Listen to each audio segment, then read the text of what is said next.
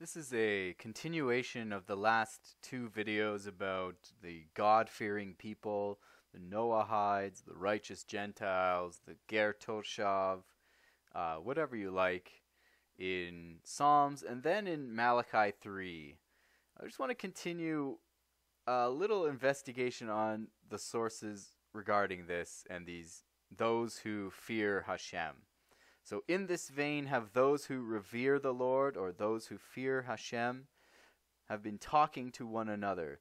The Lord has heard it and noted it, and a scroll of remembrance has been written at his behest concerning those who fear Hashem, those who revere the Lord, and esteem his name.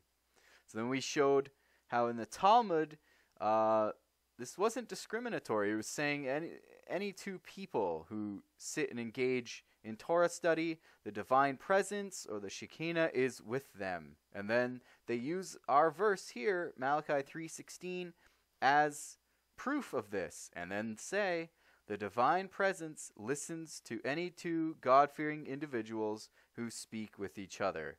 And they say that if there's no words of Torah being spoken, then these are the words of sinners and scorners and scoffers, which is directly from Psalm 1:1, as we learned.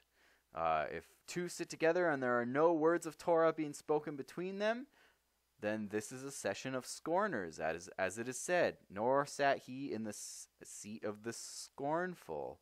Rather, the teaching of the Lord is his delight.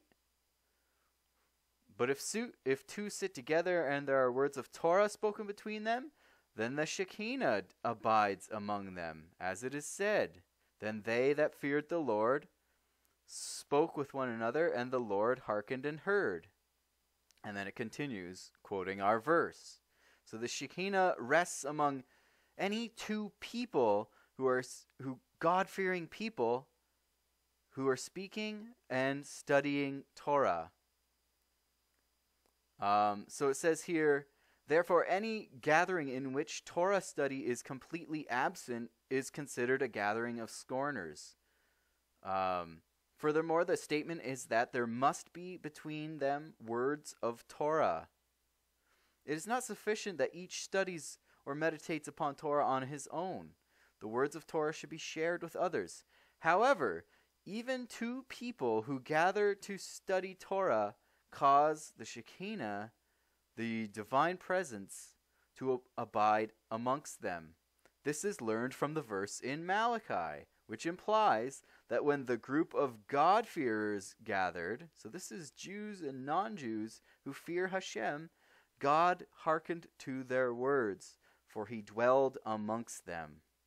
Finally, even one who studies on his own receives a reward for such study.